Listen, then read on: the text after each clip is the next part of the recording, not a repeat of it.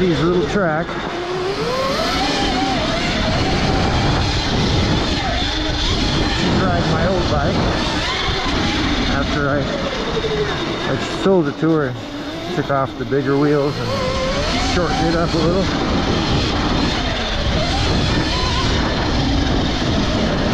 So last week top speed was 37 on here. A little slicker this week. Little Liam, they forgot to charge up his bike. So he had a short-lived ride.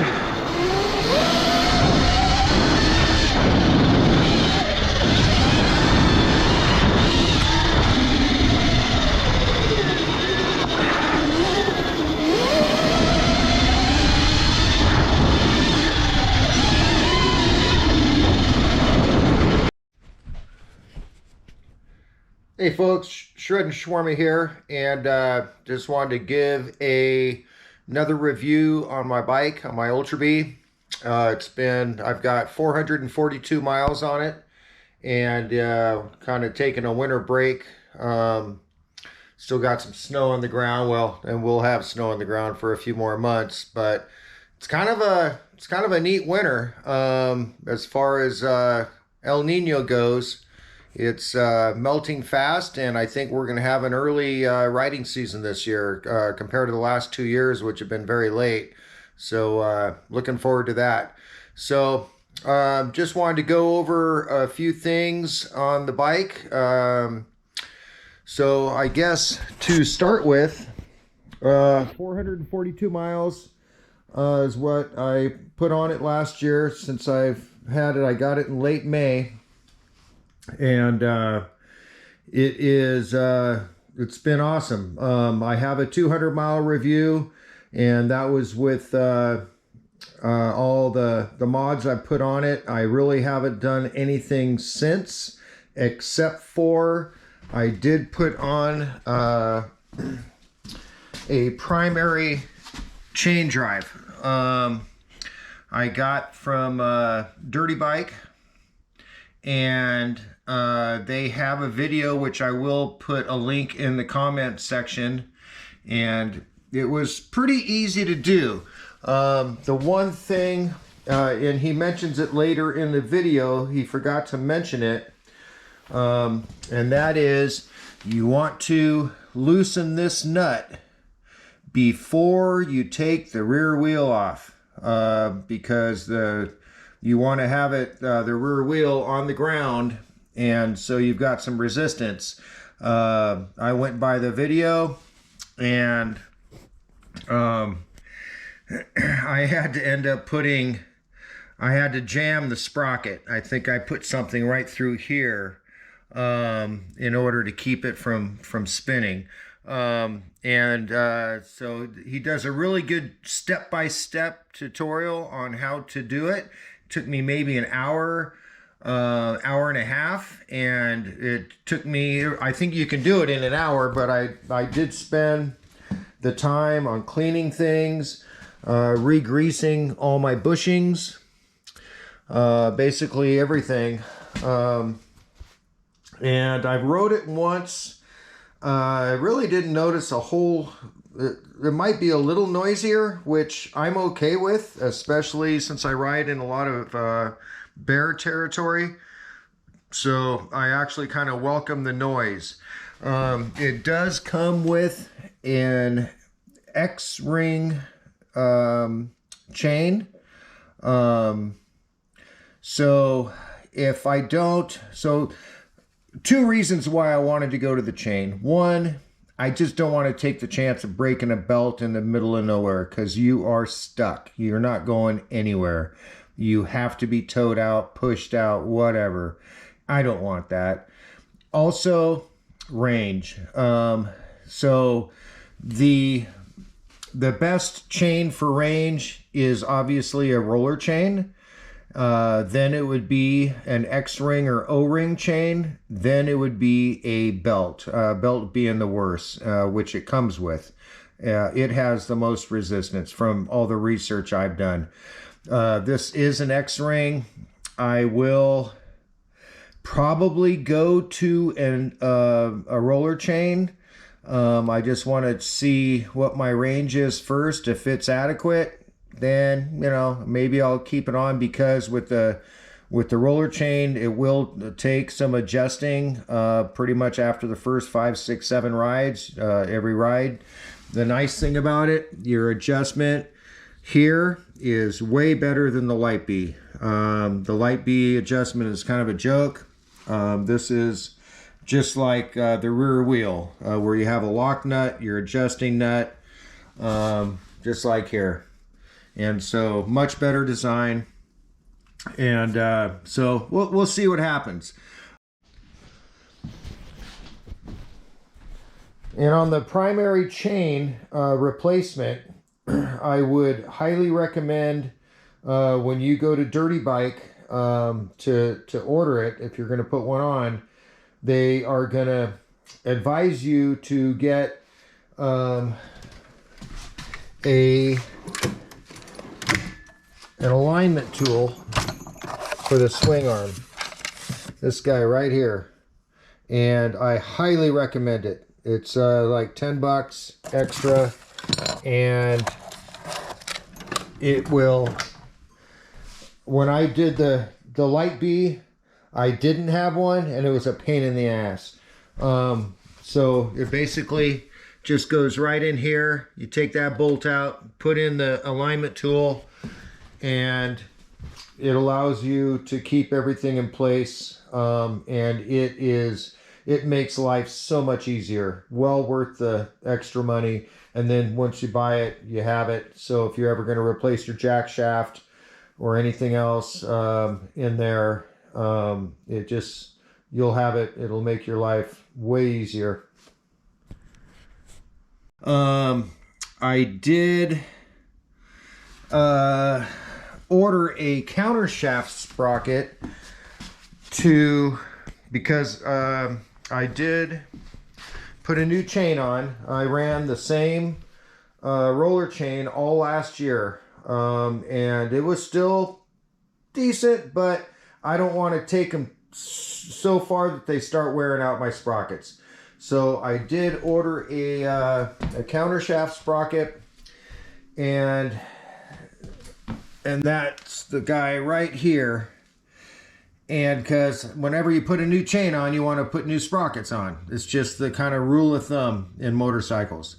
Well, I could not bust the 5 bolts loose. And I have like really top grade Allen sockets. I could not do it. I heated it, which he recommends, which Dirty Bike recommends. I just couldn't do it. And so then I got to looking at the sprocket a little more careful. I did not really see any wear at all. So I just put the old one back on. I think when it comes time to change it, I'll probably just order the whole jack shaft. You know, I mean, and just replace the whole thing. You know, it's $100, whatever. Just do it. So the only other mod since my last mod video, which was also my 200-mile review, is I did end up getting a 54 tooth sprocket. And the neat thing is, so I mean, they're just coming out with more and more parts for these things, which is awesome. So I always did want it's basically an aluminum on the inside sprocket with a steel ring. So it's a 2-piece sprocket. And so a guy on Facebook happened to have one that he had 3 rides on. And so I bought it from him, I don't know, 65 bucks, something like that. And so now I have the steel ring on the aluminum body. So for weight, basically. But steel on the ring is way better than aluminum. It's not going to wear out nearly as fast. Not that I really had any problems with my last one. It really didn't show a whole lot of wear, but I always kept my chain in adjustment. The nice thing about these is the way the suspension is. You can have the chain I just put this one on, so yeah, that's about right, actually. You only need about 5/8 of an inch of play on there, where some motorcycles, and they're all different, you have to have a lot more, because as you sag or land off a jump, this will tighten a lot. Well, with this suspension setup, that's not so true. It really doesn't tighten your chain too much, so you can get away with that, which is going to help the wear on the sprocket. And the only other thing is, so basically it's winter break. You know, I'm doing everything on the bike, get it ready for spring. So new chain, new sprocket, did put the mod on there. The only other thing I have left to do, and which you know, I haven't done anything except for those things, but I'll put a new back tire on it. This tire has lasted 442 miles, and it's actually, a lot of guys that still run this thing. It's a little bit rounded, you know, on the edge. And it is a directional tire. Otherwise, I would just turn it around. But I will get a new tire to start the season, because it is going to be wet. And I'll need all the sharp edges, you know, all the help I can get. Front tire, my Michelin Starcross Soft 5, I believe it is. I'm going to run it. No chunking at all whatsoever. And it's in great shape. 442 miles. Unbelievable. So I'm really stoked on the tire wear. And where I ride, it's a lot of rocks, and a lot of sharp rocks. I mean, on my KTM 300, rear tire would last, you know, 3 to 5 full-on rides before it started just chunking out. I might be able to get a few more out of it, but I went through 2 or 3 tires a season. Front tire, I went through 2 a season. And they just started chunking out. And I'd imagine the difference would be probably the weight. I don't know. But there's some reason this bike, and I ride more aggressively on this than I did my KTM. I am definitely faster, and hit a lot more technical stuff that I was not as confident on with my KTM. And yeah, so the tire wear has just been unbelievable. Now, since my last review, I did end up breaking one of my hand guards. Spendy little suckers to replace, I can tell you that. But it looks like now they are coming out with some aftermarkets that will fit on these better, where they attach like more down here, something like that, because I just don't have the room to attach anything else up here because of the bend of the bars, and I really like the bars, so it's kind of a give and take. But these have worked out fine, you know. I mean, as I said in my last video, they're a little soft. The black part is pretty stiff, but here it's pretty soft. So I bent my levers, so I upgraded to these and haven't had any problems since.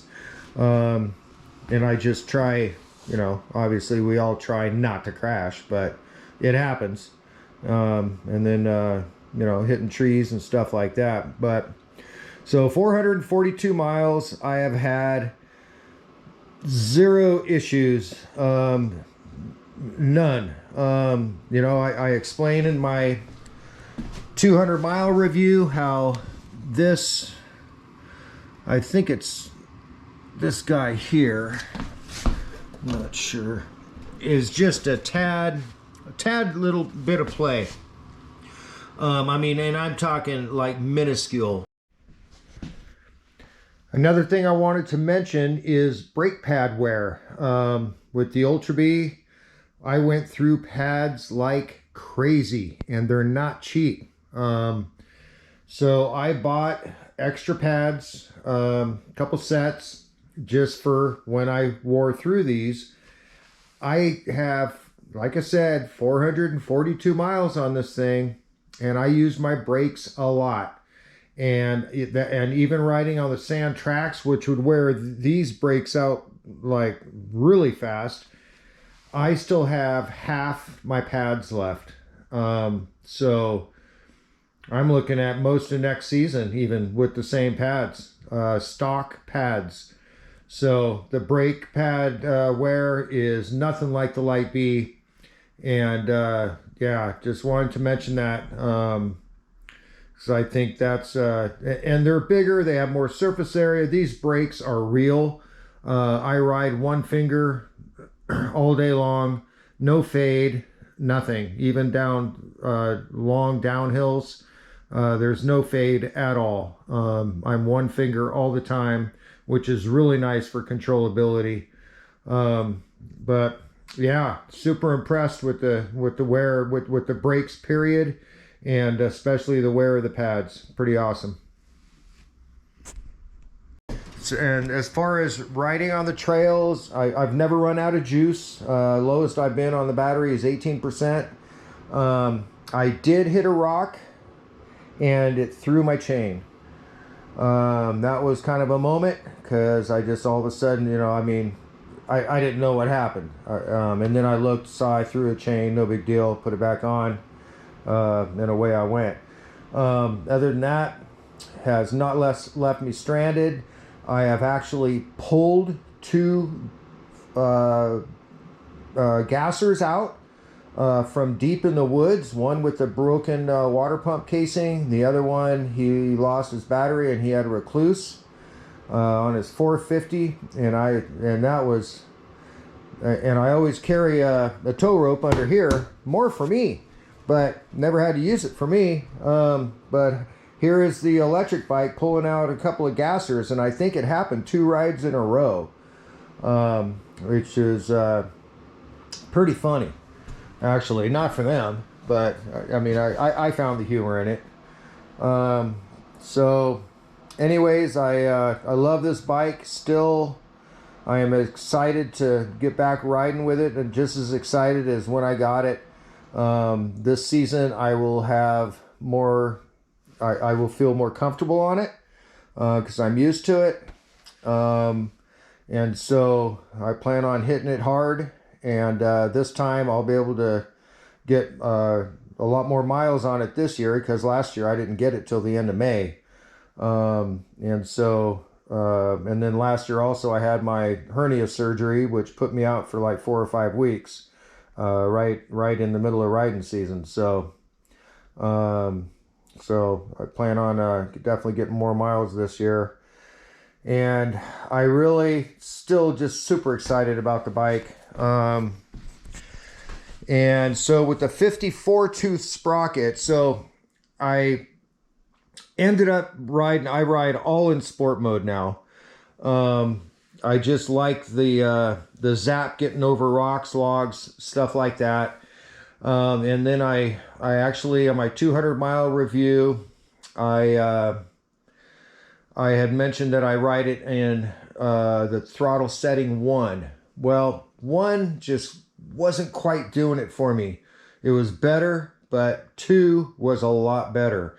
And so then on throttle setting 2, the 53 tooth sprocket, I could zap over everything. I could pop that wheel up anytime I wanted, to get up and over stuff. So, but I used more range. The number 1 setting, my range was no different than if I used dad setting or eco. It's really funny how that works. So, but in the throttle setting number 2, I noticed my range, I was about 2 or 3 miles shorter than normal. So that is why I went with the 54. So I'm going to go back to number 1 throttle setting and see if I can't get that range back. You know, and my typical range, I mean, is low 30s, low to mid 30s. You know, and all I ride is pretty technical wood stuff. And so the 442 miles, I'd say It is about 80% semi-technical, 10% fire road, and 10% technical. Just gnarly hill climb stuff. And I ride this thing pretty darn hard. And I'm just super impressed with the quality of it. It has just not let me down at all whatsoever. And it's impressive, and it keeps right up. Actually, some of the guys on the 300s, 200s, 450s, they have a hard time keeping up with me, which is really cool. I mean, we're all competitive. I mean, it's just kind of human nature, and when you're on a bike, it's even more so.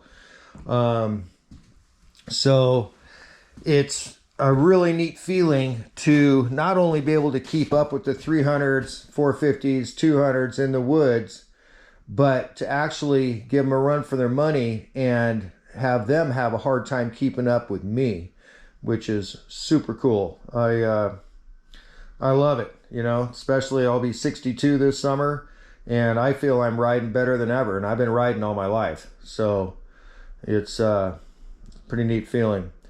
So anyways, any questions at all whatsoever on my bike? I answer any questions everybody has. I love all the comments. Really appreciate all the views. Some of my videos have gotten 7,000-8,000 views, which is awesome. And thanks for everybody for subscribing. And if you're new to watching my videos, and if you like them, please hit that subscribe button. Super appreciate it. And we're definitely going to be getting a lot more videos out this year, and I'm hoping to ride some new places.